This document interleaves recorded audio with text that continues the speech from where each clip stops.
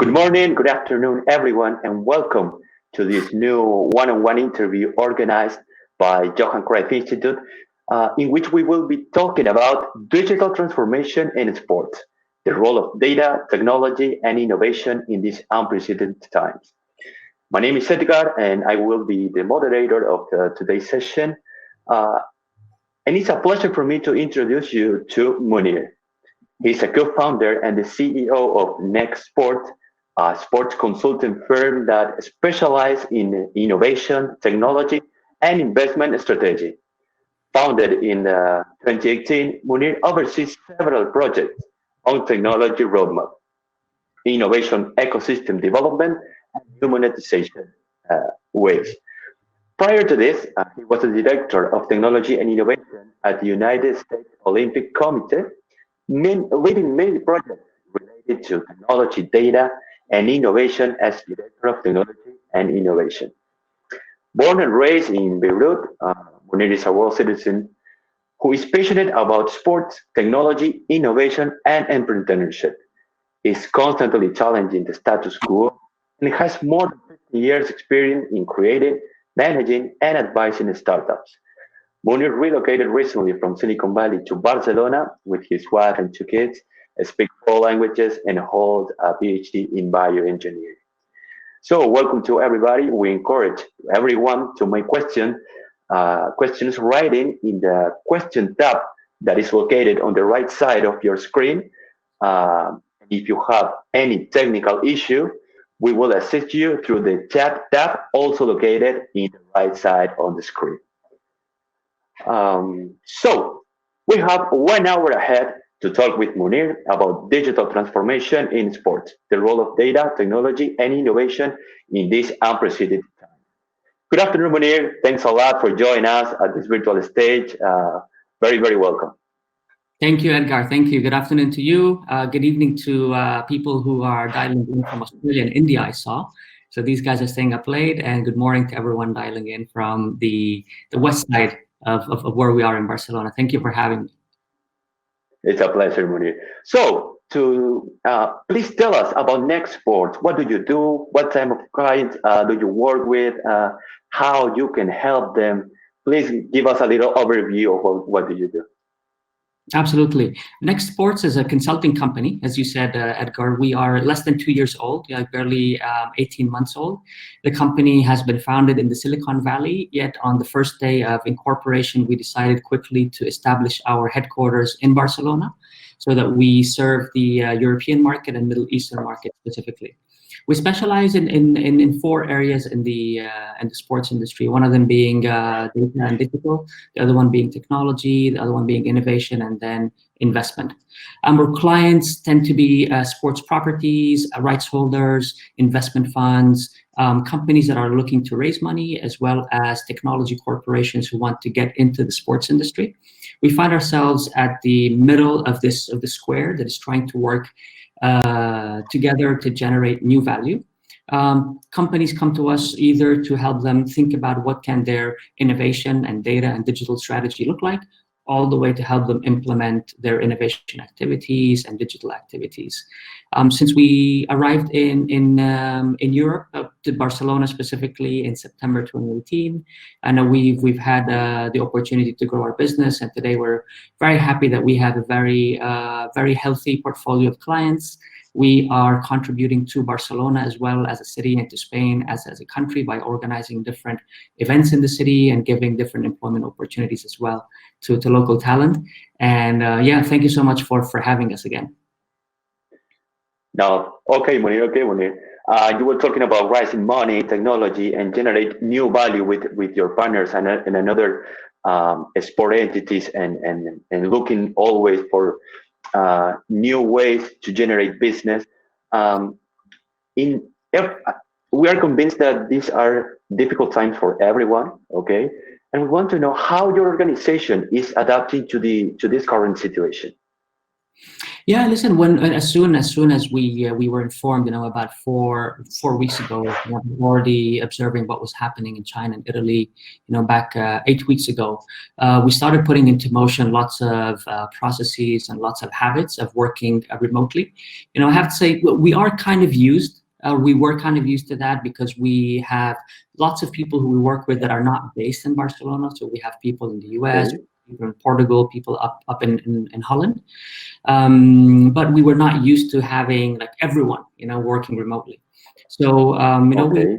we started studying, what different tools can we use, what different processes can we use.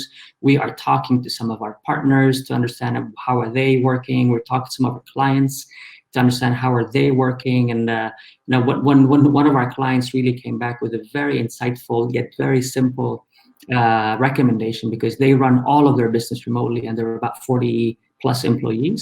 And they Okay. said, listen, you just have to try to visualize what would life look like if you are in the office, and try to replicate that. So think about the conversations that you can have around a coffee machine or around the water cooler, and then think about how you could maintain those while everyone Okay. is at home, and while everyone is there. So we had like a couple of days of tuning and fine tuning and setting up the different tools and processes, and just getting everyone on the team on board and helping them feel comfortable. So I'd say this has been a checkpoint, and what has been really unexpected for us is that we have more and more people and more clients coming to us, helping them accelerate sort of their digital journey, helping them accelerate their internal processes so that they can also be productive in the quickest time possible, and they can be on top of everything, from processing documents to maintaining their meetings to having the working with stakeholders or with clients or with providers, not be put at stake. So for us, we're still at home. We're still waiting, just like you, to understand when can we head out. But Okay. so far so good for us in terms of working as a company. Great, great, Mounir. And how do you recommend, or what do you recommend to another, or to your clients or your potential clients in this situation to keep connecting with you and between them to keep creating community? Yeah, I mean, listen, we are organizing already events, in Barcelona, and for us, it's like building the community in the city. We quickly switched to online events, just like this one, just like the one that you're hosting, so that we can keep the community building, so that we can keep the topics of digital and tech and innovation and investment top of mind. Okay. Our clients are coming to us to help them understand, how do we do it and what should they be Yes. thinking about. But also we're getting lots of prospects, and lots of incoming requests right now around Mm-hmm. transformation strategy, digital assessment, digital tools, and I think everyone just trying to figure out first and foremost what's going to happen, once this is over. And but in the meantime, how do we keep our community engaged? How do we generate content that people want to see? How do we make sure that our employees' morale is high? How do we make sure that they are engaged? How do we make sure that we are Okay. there, being available for our employees and our team in case Mm-hmm. of any emergency, or in case of anyone wants to get something off of their chest. I Good. think in times like these, it's extremely important to be more and more careful about the one-on-one relationship. Even though we are sort of separated Mm-hmm. physically, I think with digital tools, and thanks to technology being as democratic and as affordable as it is today, we have a massive opportunity to build relationships and maintain them. Absolutely, absolutely. You were talking about too about maintain relations with your clients, identify potential clients too, and to empower them. You were talking about a little too about um, the way that you have changed it, the on-site event to online event. So please tell us, has Next Sport change its strategy in order to adapt to the needs of the industry in those days? How do you do it, this Mounir? Yeah, I mean, Edgar, for us as a company, since we have like U.S. heritage and we're doing business in the Middle East and Europe mainly, but also with some clients in Latin America and in Asia. I mean, Mm-hmm. we have a very diversified portfolio of clients. We have our team is multicultural. I mean, collectively we have 8+ languages that we speak. We have 8+ nationalities that are working and in different locations. So our business, fortunately, has not been disrupted negatively by the situation at hand. On the contrary, it's being impacted positively just because of the need to think about the digital and the need to go digital and the need to invest on digital. So what we have found ourselves doing over the past 4 weeks was maybe just changing the type of conversations that we've been having.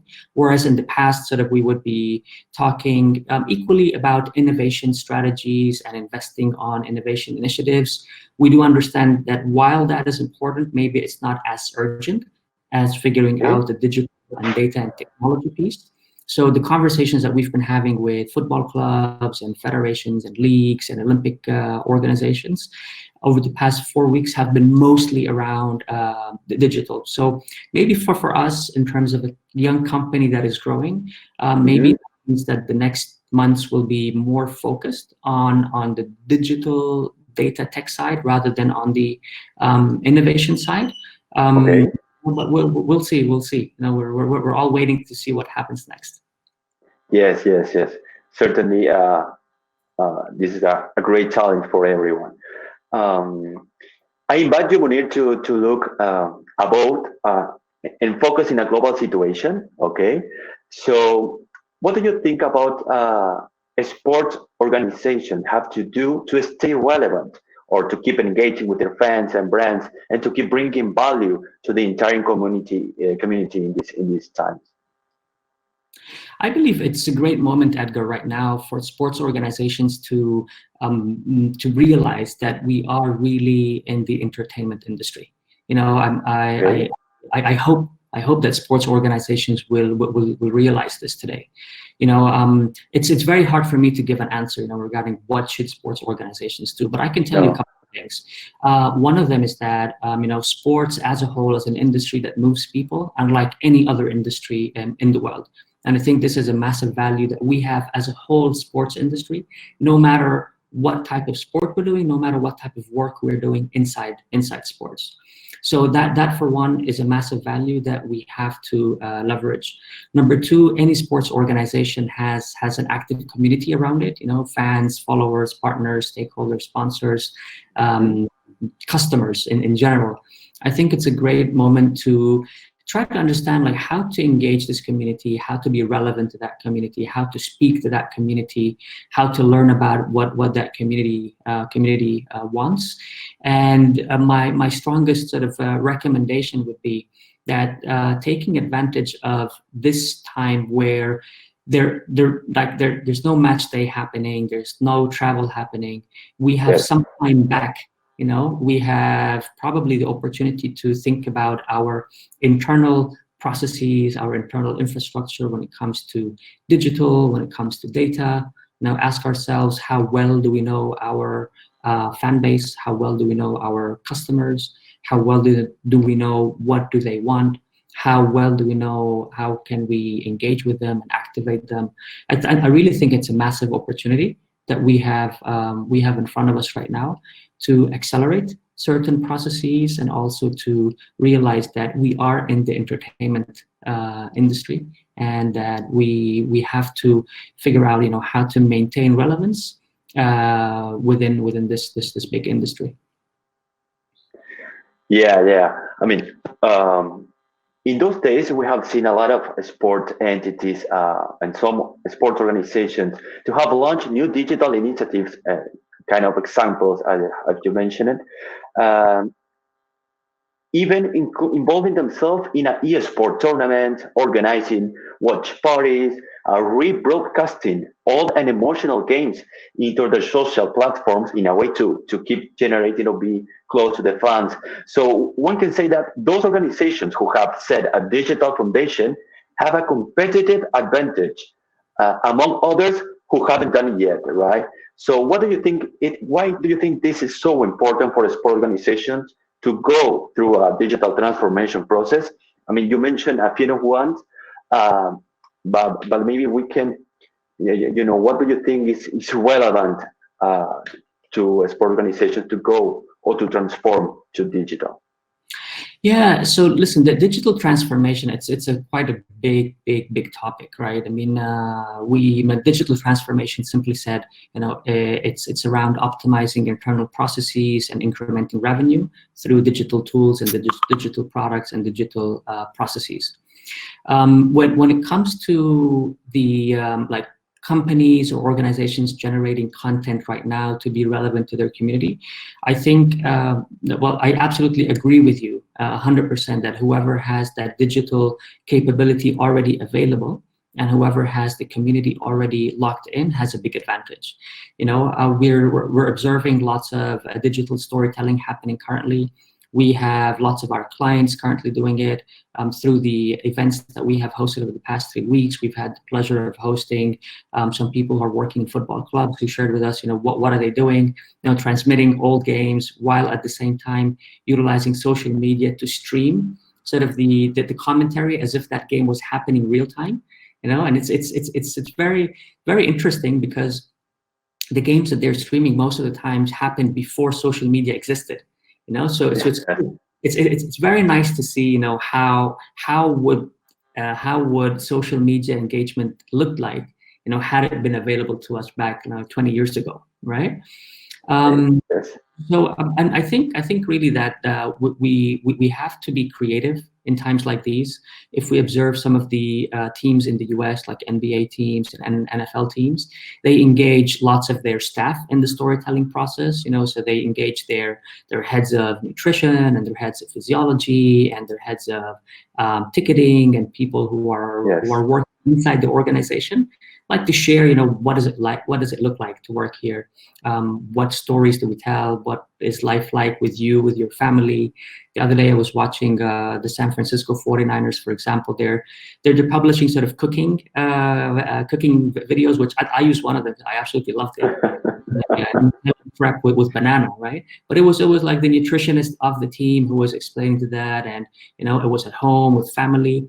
So I think that type of storytelling is really important, and investing on the digital infrastructure to be able to tell that story and to be able to measure what the feedback is, and be able to measure how attractive was the content to our fan base is really important. And again, the companies that have invested on this prior to where we are today are getting more benefit than others, but it's prime time, to invest on the digital journey and start it as soon as possible. Perfect. This is a kind of geolocalization question. Do you think that the countries that, or it depends in what continent or in which part of the world are they have more or less opportunities to invest in digital transformation? I mean, is that a barrier or not? Had you asked me this question, Edgar, 20 years ago, I would have told you it's absolutely a barrier. You 20 years ago, you needed like a big budget, right, to initiate your digital journey. Okay. I mean, today we're running a webinar, with you. We have people from Australia, from India, from Colombia, from Lagos, from Spain, from Lebanon, right? And, it's almost for free, almost for free. So being able to do such type of activities, transmit them live and have hundreds of people tuning in for free is a big asset that we have as a planet today. And for us inside the sports industry, we have to accept that starting a digital journey is not necessarily reserved to the people who have the highest budgets of them all. Digital is democratized, technology is democratized, access is available. So as long as you have an internet connection, as long as you have some device, a laptop, a phone, a desktop, a tablet, then you can start your digital journey. It's absolutely not reserved to the organizations with the highest budgets, and the organizations with lowest budgets can start equally on that journey. Well, that's a good news for everybody, right? Um, well, everybody is talking about what happened today, considering this current situation. But I think it's important to think about the future, right? Um, this is a kind of tricky question, Mounir. Do you think this global crisis is going to change the mindset of many sport organizations? And if yes, why? How so? How do you feel about it, Mounir? I'll give you an answer from our expert perspective, Edgar, right, which is principally the digital tech innovation and also the investment angle. I think there are two specific insights that we are uncovering thanks to the fact that we are all at home and the events around the world are paralyzed today. The first one is that we have to invest on our digital assets. We have to invest in our digital processes, and we have to improve our internal processes, while we have to improve our sort of public-facing or fan-facing capabilities, right? We have talked for several years now about partners coming in or new sponsors coming into the industry who are asking for more than just having the banner on the t-shirt or in the venue, right? And they're asking for activations, more digital activations, more contact with the fan. I think this is prime time to take those to heart and actually develop what is needed to be able to achieve that. The other big insight is the diversification of business, right? It's extremely important for us to realize that we in the sports industry cannot rely anymore on one specific physical event happening for our industry to work, right? Exactly. Organizations have been acting for many years as a funnel of money, right? Money comes in and money goes out, and there's nothing, there's no buffer. There's no diversified business. There are no revenue streams that have been generated outside of the sports industry. And I think this is a very, very deep insight that sports organizations need to take to heart. You know, having an investment strategy in place and having an innovation strategy in place enables you to think about what new businesses can be launched, what new value can I bring to the market that could be very far away from the sports market, mind you, right? It could be specific to one geography. It could be specific to one vertical on the market. You know, but I think that what we're going to see moving forward is more attention on digital, which hopefully would mean more budget allocated from the whole organization on the digital pathway. And the other one we'll see organizations starting to set up, you know, innovation / investment / new business activities to address the question of you know, what do we do beyond just the sports. Perfect. I stay with a phrase that you mentioned that I found it very interesting, which is diversification of the business. How can sponsors and how can sport entities like football clubs do this specific action? How they can diversify their opportunities in business? Of course, through digital transformation. Absolutely. Well, when you are getting into new business, or when you want to diversify your business or generate new business lines, what we tell our clients always is to look internally first and foremost at all of the activities and all of the processes that they are working with. Then try to evaluate, you know, which ones of these processes you're doing best and which ones you're doing worst. And the ones that you're doing best, most probably there is a sequence of activities or there's a sequence of processes that you have had to develop internally so that you can get the work done. And most probably that sequence is extremely valuable for many industries. Yeah. I'll give you a simple example. One of our clients is a top football club in Europe, right? They have figured out a way to keep their grass green throughout the year, independently of weather conditions, right? Okay. Spending little on energy, spending little on maintenance, and they have figured it out. So what they are developing internally right now is a thought process around how do we get into the Grassmaster business. You know, we know how to do this. Why aren't we offering it as a new business line that we can sell to not necessarily just the sports industry, right? Think about how many green fields there are around the world that have to be maintained, right? And now think about, how attractive would it be for any business to tap Sure. into that and offer business there. So for me to, when we're working with our clients, we always ask them, look internally so that you identify that. What are the best processes that you have, and what's that sequence that you have developed? The other one is look at how can you enrich yourselves with knowledge around macro trends, right? What is happening beyond the sports industry, right? What's happening in mobility? What's happening in telco? What's happening in the healthcare? What's happening in agriculture? What's happening in the insurance industry? There are so many big industries that we as a sports market can be very attractive to develop new solutions for, or to become like a living lab or an experimental ground for those to come in, figure out what would be like a minimum viable product or proof of concept, and then take that back to their own markets. So just in 5-6 minutes, we have identified 3-4 business ideas that could be taken forward, and any organization can do such type of practice internally to determine what can it do beyond just being in the sports industry. Good. Undoubtedly, sport could be a center of a multi-industries, and the synergies between all the industries, it could be will be the key for keep moving forward in the post-crisis and on the current situation for sure. Sports has just to take what you are talking about. It has 3 main points that no other industry has, right? The first one is the passion. Right? People are extremely passionate about sports, and if you take any football club or any Olympic sport or any sport of that to that matter, most of their followers and fans are outside of the city in which their organization is right. Take Barcelona for example. Take Madrid for example. Take Manchester for example. Right.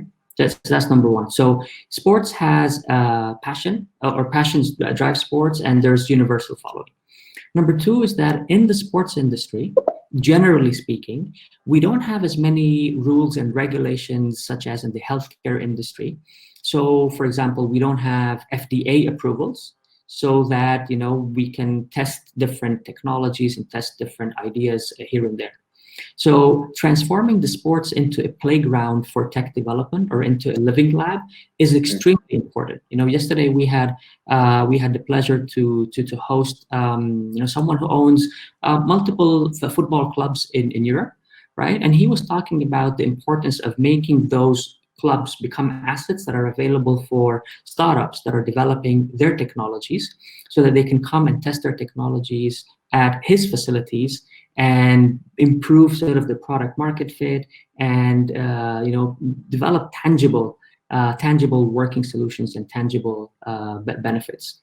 So the lack of specific or the lack of very high obstacles to come into sports is there. And the third, it's the global audience, right? So if you combine passion with low obstacles and a global audience, global reach, and those are 3 assets that any company, no matter where it's coming from, would dream to plug into, so that it can develop its products and services, so that it can test, so that it can do some creative storytelling and generate lots of value for itself and lots of value for the ecosystem as well. Excellent.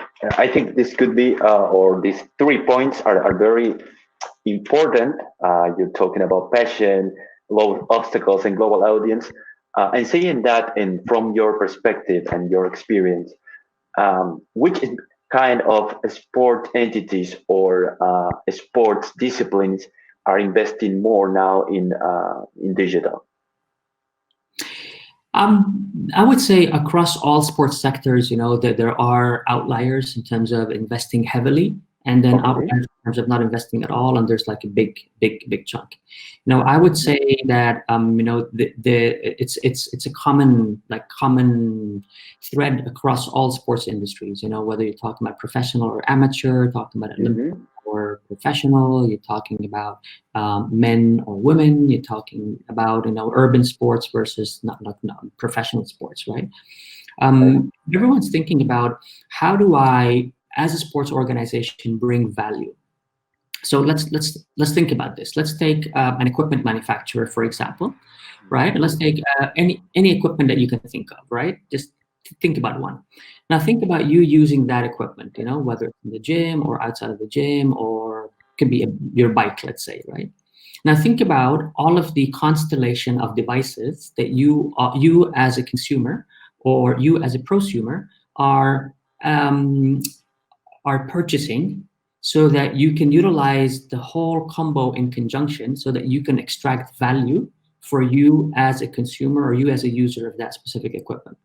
Now think about what would happen if that equipment manufacturer takes on itself the responsibility of delivering that value to its clients, who anyway are buying the equipment, but also anyway are buying the 1, 2, 3, 4 more pieces of devices, so that they can have a better experience, and how new business can be generated through that.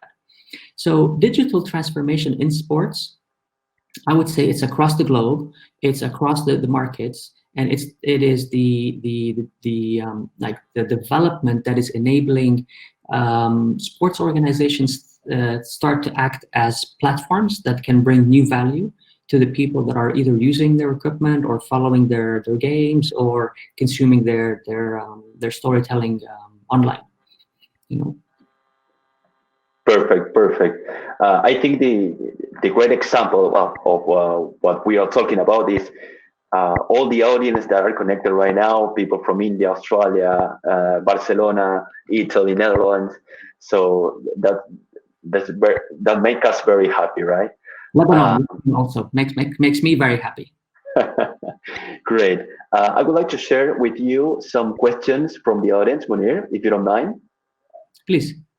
Yes, Lara Zok ask, now that you have tried working from home, do you advise startups in the Middle East to believe in the power of working remotely after the pandemic is over? She says it's not very common. It's common there. Yeah. So come again. If startups would work out of home? Yes. She said that now that you have tried working from home, do you advise startups in the Middle East, I believe it's your client, I don't know, to believe in the power of working remotely? So after the pandemic, we are talking about post-crisis.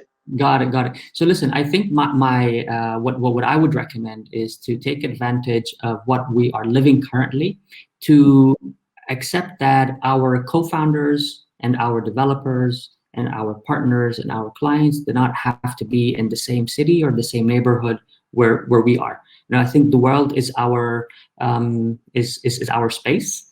We can easily think about companies being even more globalized from a composition perspective post the pandemic is over, and I strongly believe that the work of the future could be a bit more efficient and effective than the work that we had up to 4 weeks ago, thanks to forcing us to experiment with digital. Good. I think that answer, Mounir, could be replicated to another countries too, not only in the Middle East. So I think this was a great question.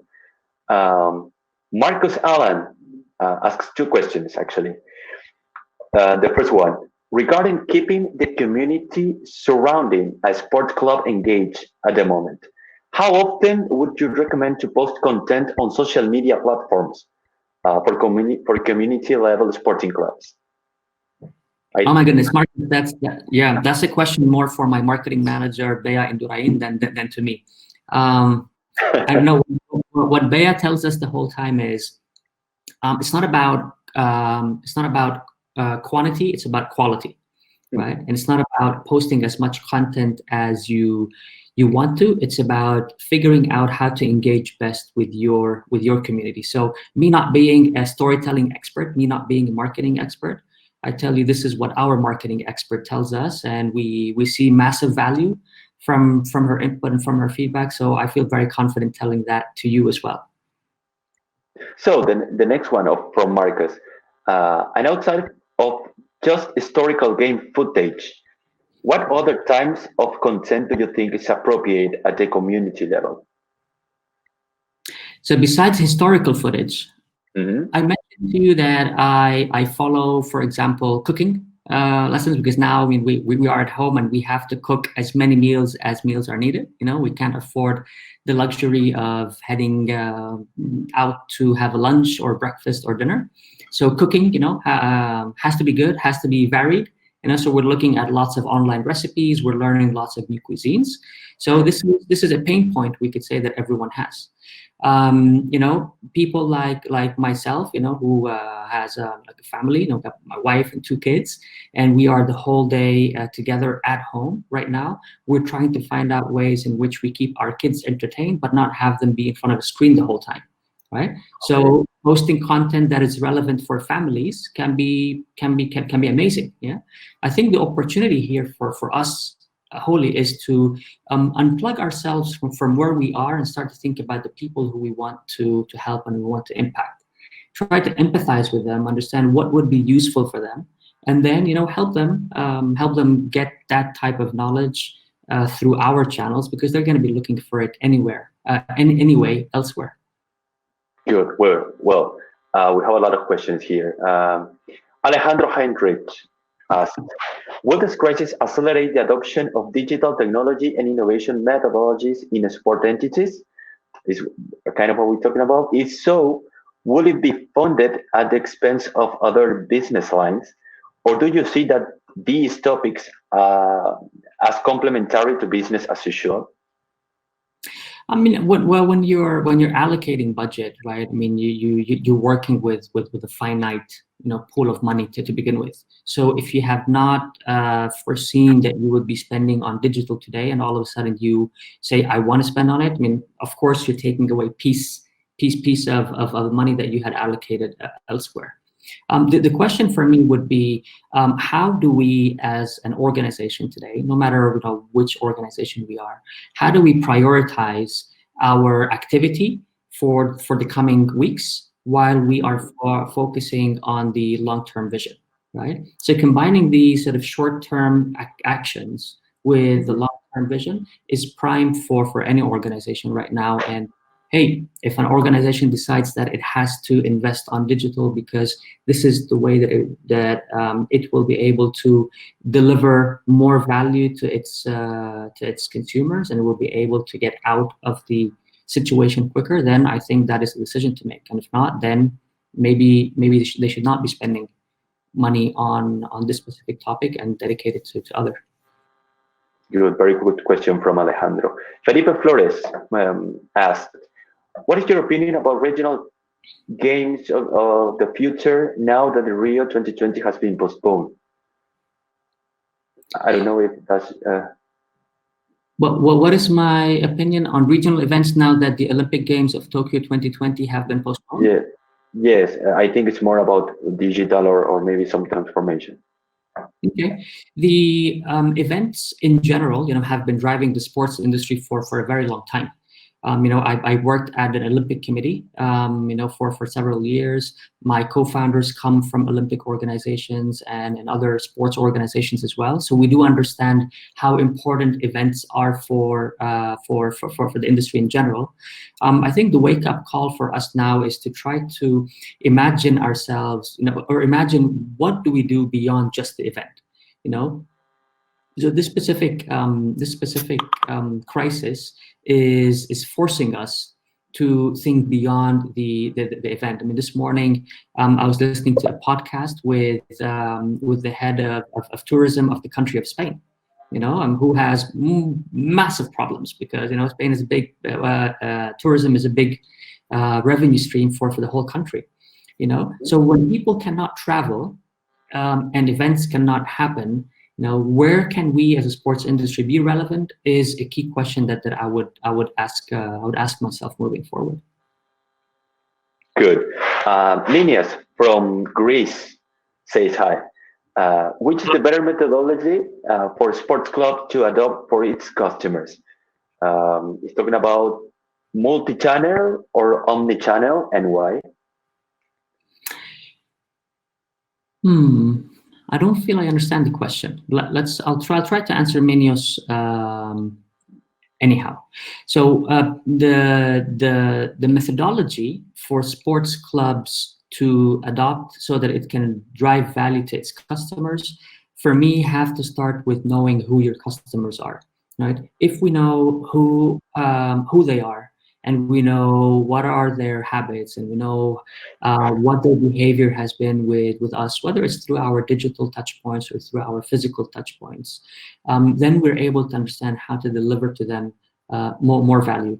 I think I've said the word value 20 times since we started the webinar, and delivering value is really the point here, right?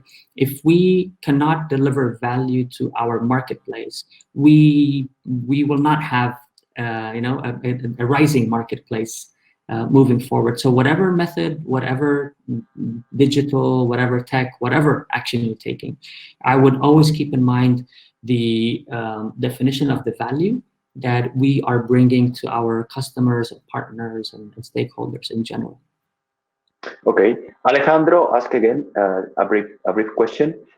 Are there any prerequisites for digital transformation for sport organizations or sports entities? Yeah, this is a great question. When we start a relationship with one of our clients, we always start with an internal review of where they are at. We do an audit, we do an assessment of, where's the culture, where's the education level, where are the processes, what technologies they're using. So before starting on any journey, taking a look internally to determine who we are today from a digital transformation perspective, and where do we want to head to, meaning look at what the others are doing in the industry, like other comparable organizations that we can benchmark ourselves against, gives us a very good space to work with, and then filling this space or filling this gap becomes the activity that needs to be done. Julian Smith asked this next question. What can sport organizations do to take advantage of this unfortunate downtown from a technology and innovation perspective? I believe it's a kind of resume of what we're talking about. Yeah, absolutely. Again, doing two things, one of them is looking internally, and the other one is looking externally. As internally, the question would be around how do we optimize our internal communication, document processing, business intelligence processes. And then looking externally, it would be, my question would be around improving the interaction with stakeholders, delivering value to our partners and sponsors, bringing more value to our fan base, and hopefully engaging with more and more, or growing our fan base, even though we are going through the time that we're going through right now. Yes. Ekaterina Klikova asks, what is the key point for mass deployment of tech innovations? What is the key point? Yes, what is the key point for mass deployment of tech innovations? Okay, so let's answer mass deployment from two perspectives. I feel first one is internal to an organization, and the other one would be external to the market, right? So internally within the organization, for any tech or digital tool to be fully deployed, it has to solve some of the pain points that the organization has, and the logical pathway to follow would be to develop like a pain point repository, right, of all of the individuals or all of the different divisions that you have internally, and then trying to find one common denominator that hopefully one specific technological or digital development can help solve for. Yeah, usually when you solve people's pains, they like it, and then you have adoption and you have usage. When we're talking about mass market, I love citing the the lean startup methodology, right? Where you when you're developing a product, when you're developing a service, and you want to put it out on the market, there are usually two ways to go. You either develop an idea and then you spend time and money on it until it's fully functioning, and then you release it on the market to find out whether people are going to like it or not. Or you would use this lean methodology, lean startup methodology of you coming up simply with a hypothesis and then figuring out quickly how can you test that hypothesis and improve upon the learnings that you have made with real tests, like real life tests, not just computer simulations.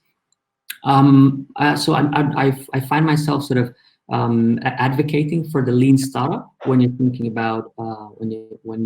about developing products and services for the masses, and probably in conjunction with that, I would highly recommend looking into like design thinking as another arena to gain knowledge around, which is simply said, is thinking as designers who delight individuals instead of solving their problems only.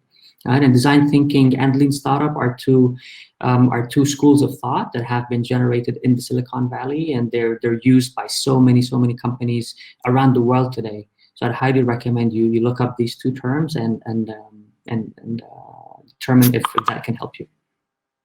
Okay, Mitchell Collins asked, how do sport organizations that don't have a commercial image through professional leagues use digital technology as a point of difference from the commercial sports such as the NBA and FPL and other sport properties? Yeah, Edgar, I'm going to have to ask you to repeat the question. Sorry. No. Mitchell says that how do sport organizations that don't have a commercial image through professional leagues use digital technology, or can use digital technology as a point of difference from the commercial sports as NBA and FPL? I mean, I believe he's talking about another sports that are not very famous, like soccer or football or basketball or anything. Yeah. How they can use the technology or digital. Thank you for translating. So I believe the question is technology and digital and data collection analysis reserved only to the big leagues like the NFL? Exactly. Or can they be relevant to smaller teams and smaller leagues? I strongly believe that digital and technology and innovation has a fundamental role to play in any organization. Just like an organization has a commercial strategy and a corporate strategy and a marketing strategy, an organization must have a digital strategy, it must have a technology strategy, and it must have an innovation strategy. And these three strategies need to be in line with the corporate strategy. Yeah, they cannot be deviating from it. As we mentioned earlier, you don't need a very big budget to actually start working with technology and with digital. I believe it is fundamental to do so, because without developing the digital touch points for our customer base, we will never know who they are. We will never know what their name is, we will never know what their address is, and we will not know how will they interact with what we have to offer.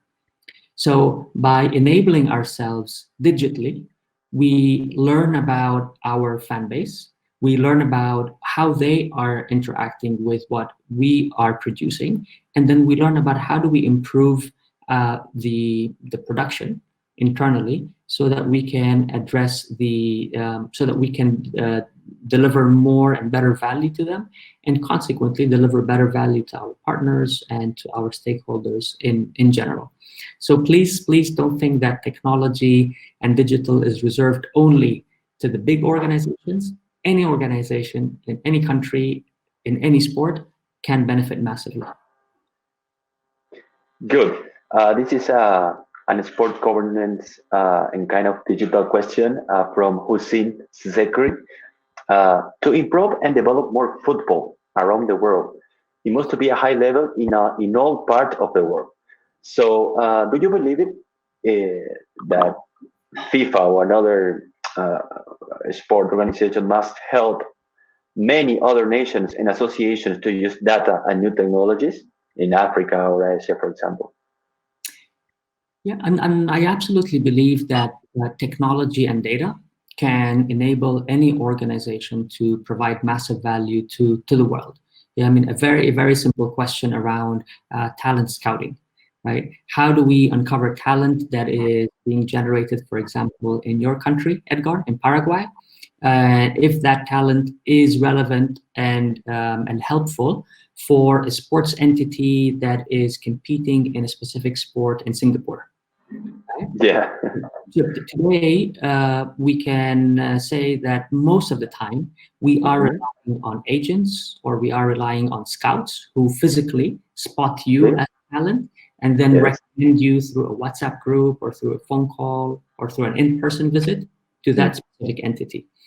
There are, though, solutions that technological solutions as simple as recording a video on a mobile phone, uploading video to a database, and that database is doing all of the intelligence analysis of that specific talent and matching it with the needs coming in from different organizations. So technology has the power of democratizing access of talent to the whole football ecosystem, and and contributing to a smarter way of scouting talent, but then also contributing to a very smart way to nurturing that talent so that it can excel exactly when that talent needs to excel. Sure. Another question. Well, can you already for each parts of the fan experience, for example, ticket acquisition, merchandising, purchases, that will not be the same as before when all this is over? I believe that sports is an industry that people absolutely love. Everyone loves going to a game. Everyone loves watching a game, on a device. So I believe that the revenue streams that we were used to up until a few weeks ago will come back again. But they will come back again in the same measure as it becomes safe for people to aggregate. It becomes safe for players to play. It becomes safe for production companies to do their TV production, right? So it's going to be some time. Well, it's going to be a matter of time before those revenue streams come back again. I believe that at the same time that there are going to be some more revenue streams, maybe newer revenue streams that we will be spotting, and my guess is that those will come through new digital assets that are currently being baked in the kitchens of the different organizations and that will be experimented with in the near future. I strongly believe that this is going to be happening. Good. Well, you were talking about new digital assets, so this is a good question related to that.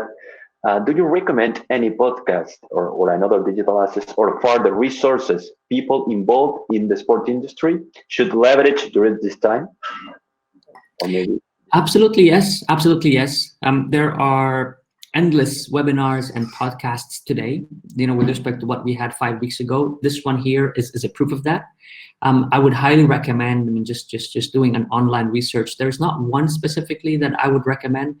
Really, we have an overload today, which is amazing for the industry because we are democratizing knowledge, we are democratizing access, we are utilizing fantastic platforms like this one here to relay messages all around the world. And there's a plethora of choice. So a simple Google search should be able to uncover way more than what I can tell you. Yeah. Well, I think this is a difficult one, Mounir. What are some simple ways to further understand your audience and what their needs are? Simple ways to understand the audience is to experiment with different type of content, right? So if you are a sports organization, let's say, you must have a website, I would assume. I would assume that on that website you can put a widget, and I would assume that widget you can ask for an email address so that you have people download a report, let's say, or maybe download different items. according to what they download, you already learn something about them. The important question here is whether you have on the back end your CRM properly structured and your behavioral analysis processes already configured, so that when you start testing very simple ideas and running very simple tests, you are capable of accumulating massive learning on the back end. But remember, if we cannot improve what we cannot measure, right? And if we cannot measure the behavior, then we are only speculating, but we're never really taking meaningful, logical steps forward. So my strongest recommendation would be measure whatever is measurable, and whatever is not measurable, try to make it measurable, so that your actions are qualified. Well, are the output of a qualified decision making, and not just the base of intuition. Absolutely, absolutely. Measure is very important. Well, we still have several questions here. Unfortunately, we can read it all of them, so or apologize to them. We are run out of time, so it's time to end the session. Mounir, thank you very much for your time and for sharing your experience with us. Good luck in your current and future project. Well, a big virtual hug. Thank you, Edgar. Thank you so much for having me. Thank you, everyone, for attending, and stay safe, please. Thank you, Mounir. And thanks to everyone for being with us at this session. We invite you, as always, to stay connected. We will send all information of new sessions very soon. Thank you all for participating, and see you next time. Bye-bye.